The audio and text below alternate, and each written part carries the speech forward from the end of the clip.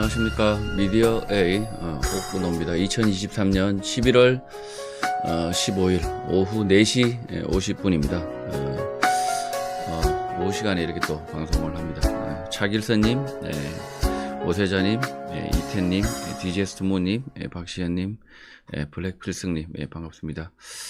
방금 그 김경재 방송, 김경재 라이브 방송을 듣고 제가 몇 가지 뭔가 이렇게 좀 저의 생각을 좀 정리를 좀 해보려고 방송을 켰습니다.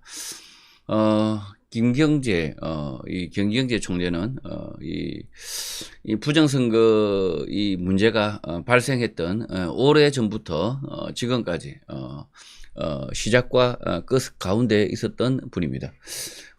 지금도 교류하고 있고요. 지금도 뭐 교류하고 있고, 여의도에 제가 김경재 이 스튜디오에 가서 방송도 하고 그러고 있습니다.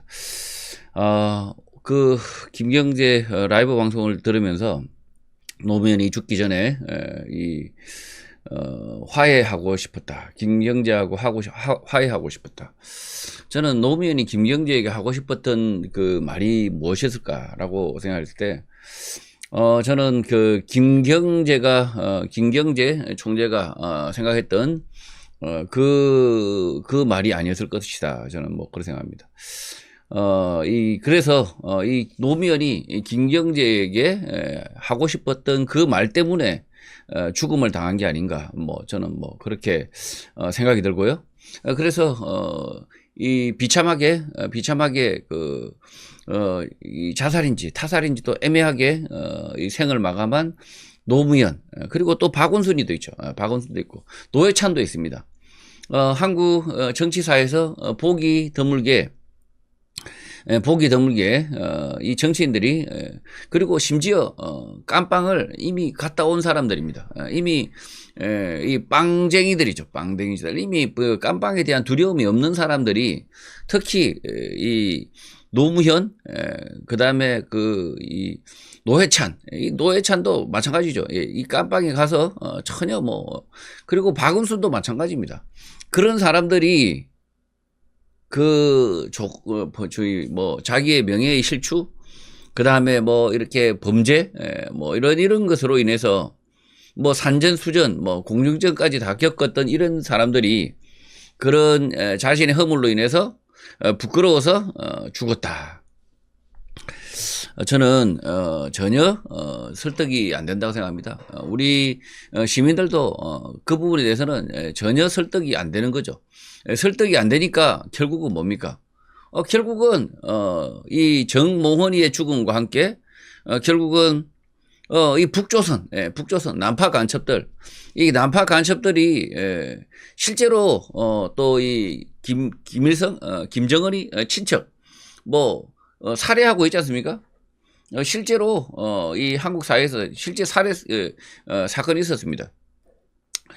자, 김일성의 그 피부치죠. 김정일의 이 남한 이한영인가요? 이한영. 이한영을 이렇게 실제 이한영은 이한영이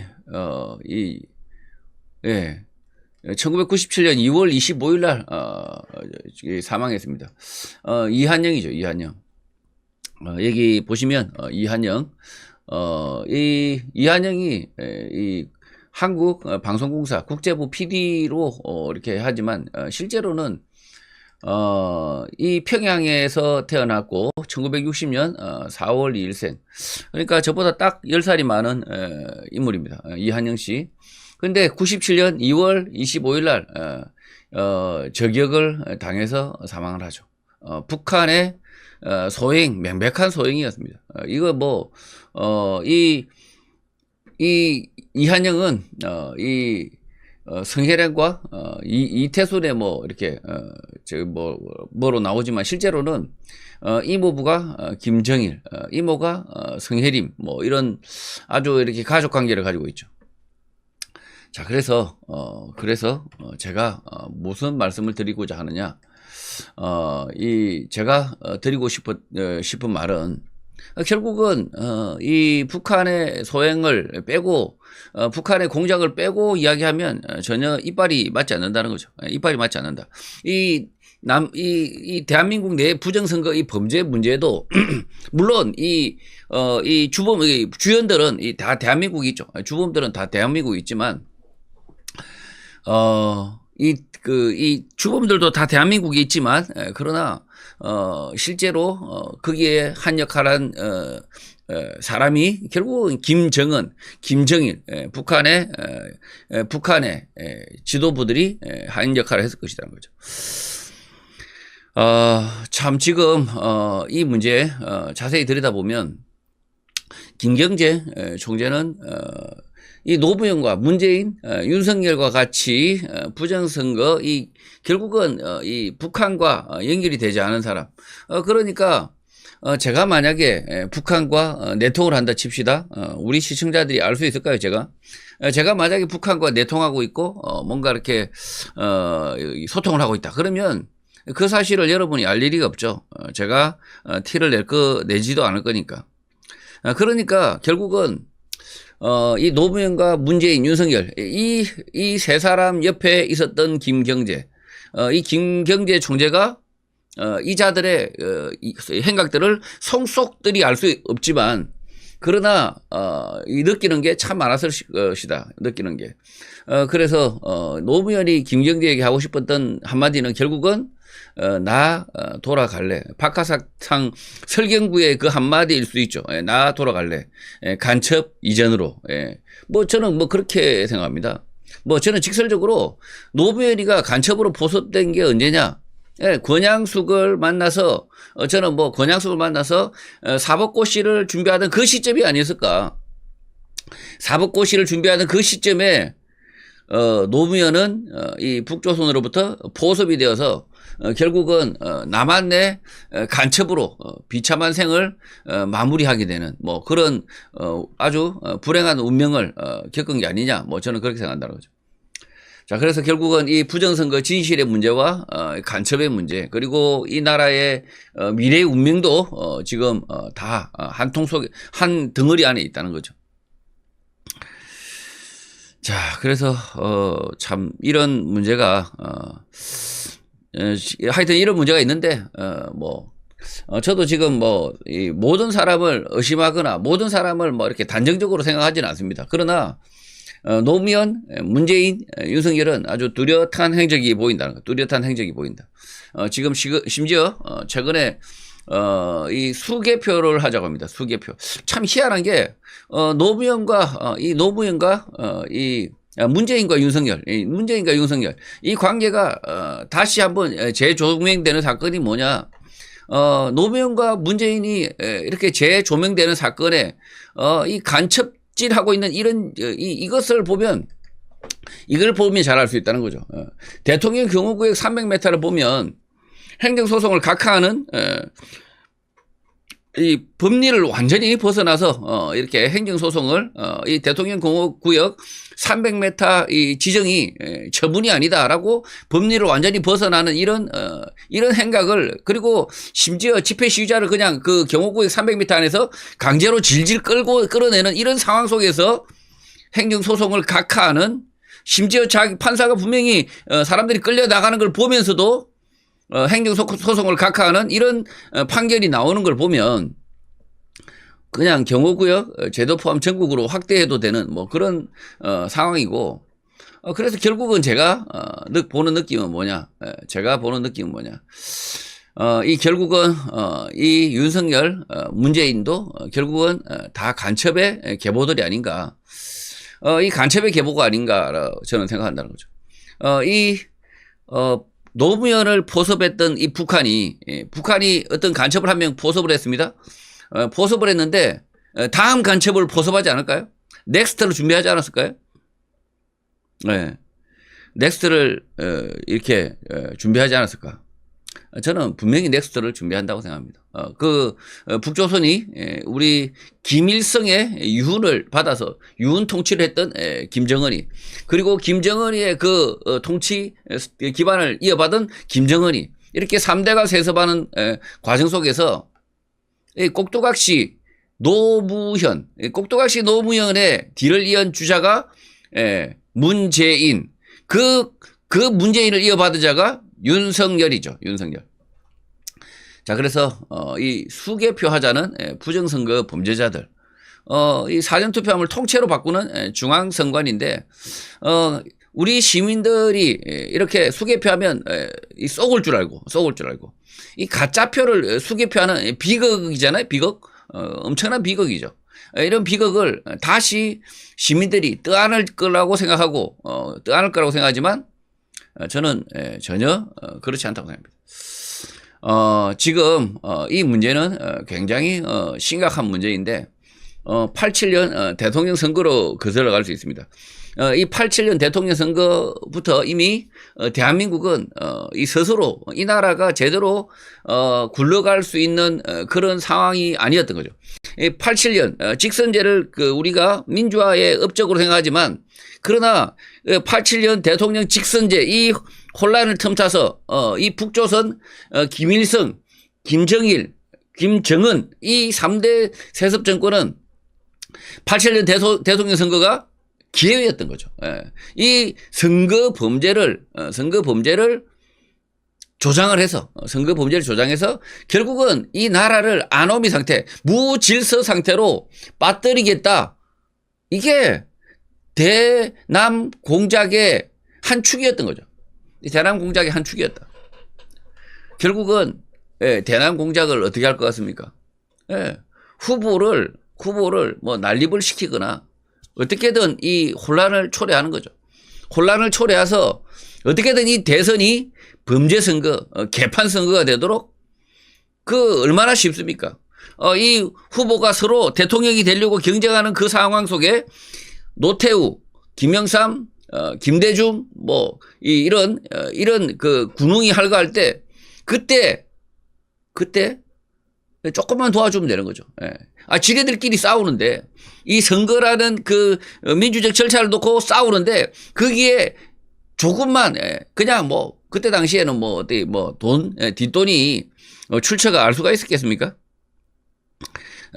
당연히 출처도 알 수가 없죠.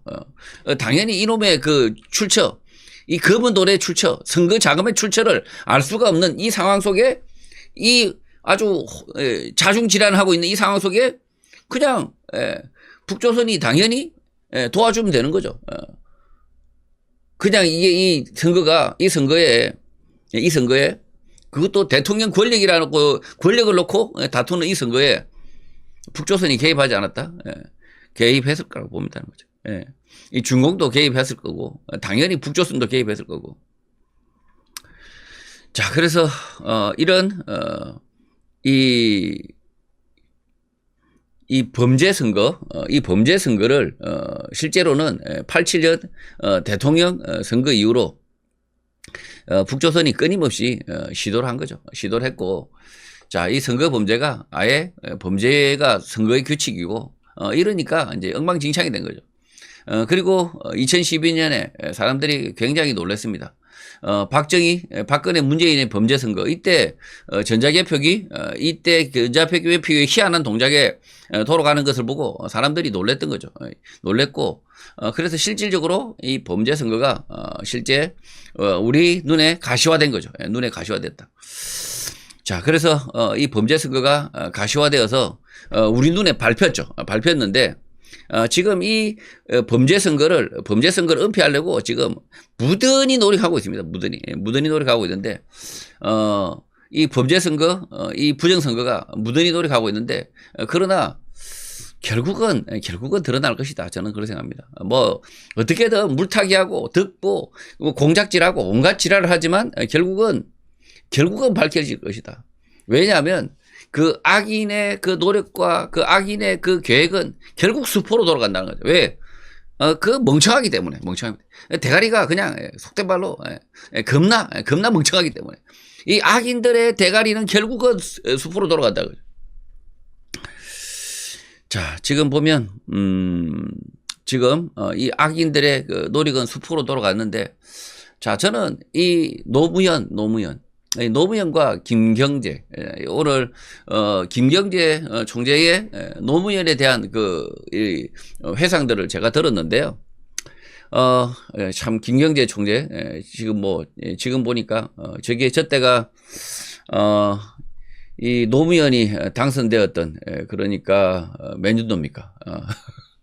아유, 시간인데 한참에 90년, 그러니까 2002년인가요? 2002년? 2002년 무렵.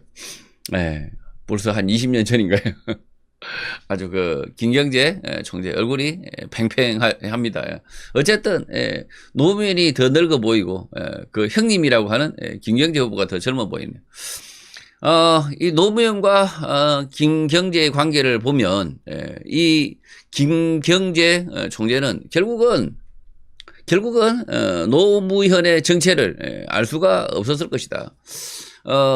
이 노무현이 굉장히 뭔가 이렇게 이 사회주의, 공산주의와 맞지 않는 거죠. 실제로 맞지 않다. 이 맞지 않는 이 노무현의 그 성향, 이 자유주의 성향을 가지고 있는 이 노무현이가 하필이면 북조선의 그 공작에 저는 걸려들었다고 봅니다. 어쨌든 사법고시 저는 가장 그 유력한 그 가능성이 노무현이 이 북조선의 그 공작에 걸려들은 가장 그 원인은 장인 권오석 그걸 통해서 이 노무현이 결국은 포섭의 대상으로 포커싱되고 사법고시 계속 떨어지고 있는 이 노무현이를 시험 문제 유출로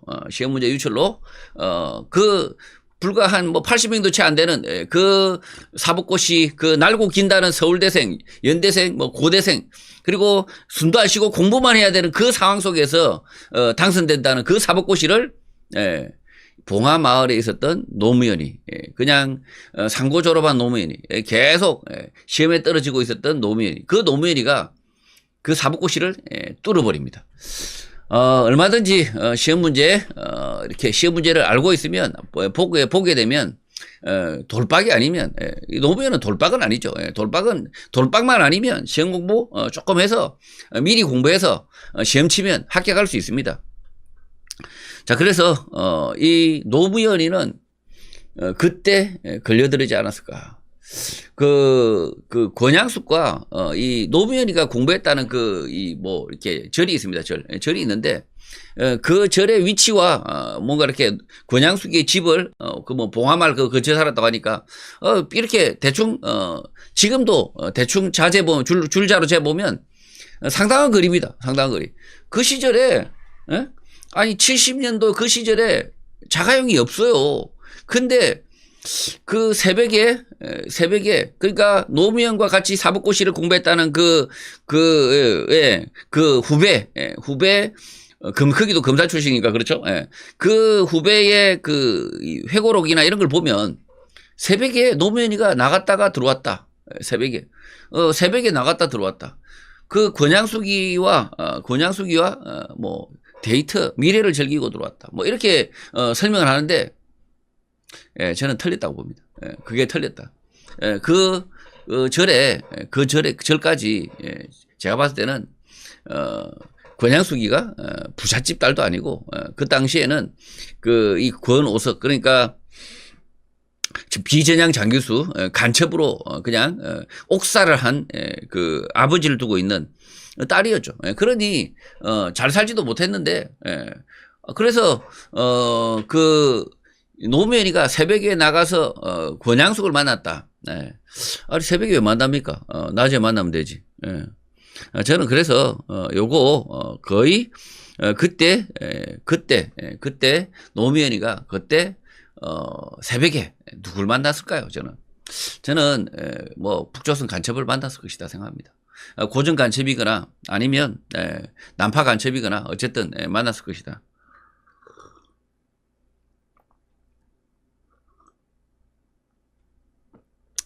자, 그래서 이 노무현과 김경재의 만남은 참 어찌 보면 역사의 한 페이지죠. 역사의 한 페이지인데 어쨌든 노무현을 대통령으로 당선하는데 호남 출신 김경재 총재가 역할을 하지만 결국은 이 노무현의 속내를 읽을 수 없었던 김경재, 이 노무현의 그 출신과 그 이 배경을 알지 못한 김경재 총재 입장에서는 결국은 뭐 이 호남과 영남이 하나가 되는 뭔가 그 앙금이 치료가 되는 그래서 그 지역 감정의 문제가 해소가 되는 그런 정치적 통합을 꿈꾸고 나름 이 정치에 드라마를 써갔지만 실제로는 북조선이 키운 아니야 북조선이 준비했던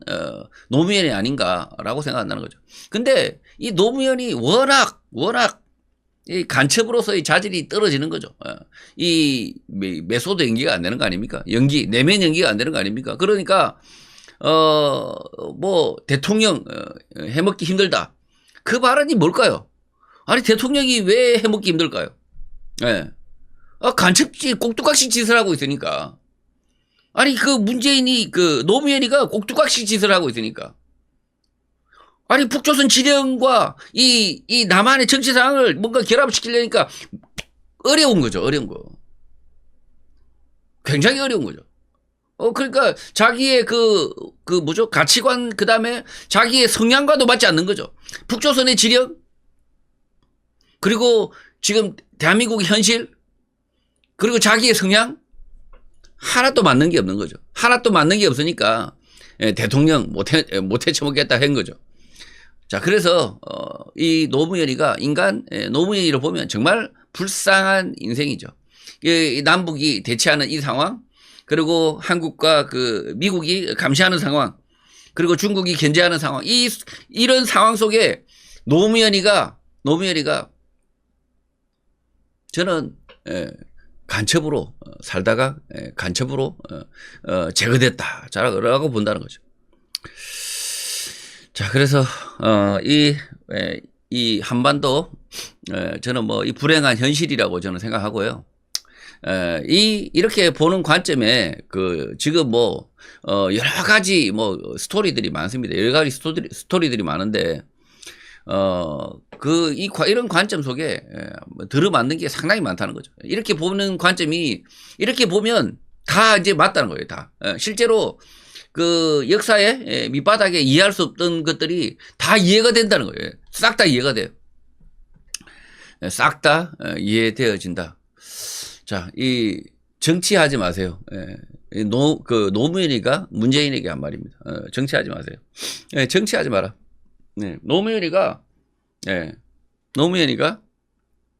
마지막 이렇게 자살 당하기 전에 김경재에게 뭐 이렇게 하고 싶었던 말이 저는 이런 비슷한 표현이 아닐까. 간첩질 그만해라라는 것일 수 있죠. 간첩의 간첩 북조선의 종로로 타지 마라. 더 이상 하지 마라. 이게 결국은 문재인 정치하지 마라 뜻이겠죠. 이 문재인이라는 자가 또 어떤 자입니까? 이 문재인이라는 자도 마찬가지죠. 이 문재인이라는 자도 저는 노무현의 감시자로 보인다는 거예요.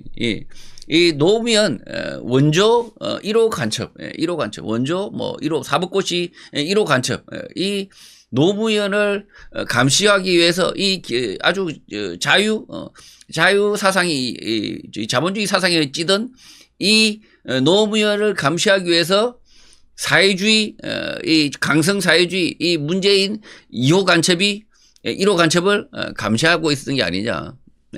감시하고 있었던 거죠, 실제.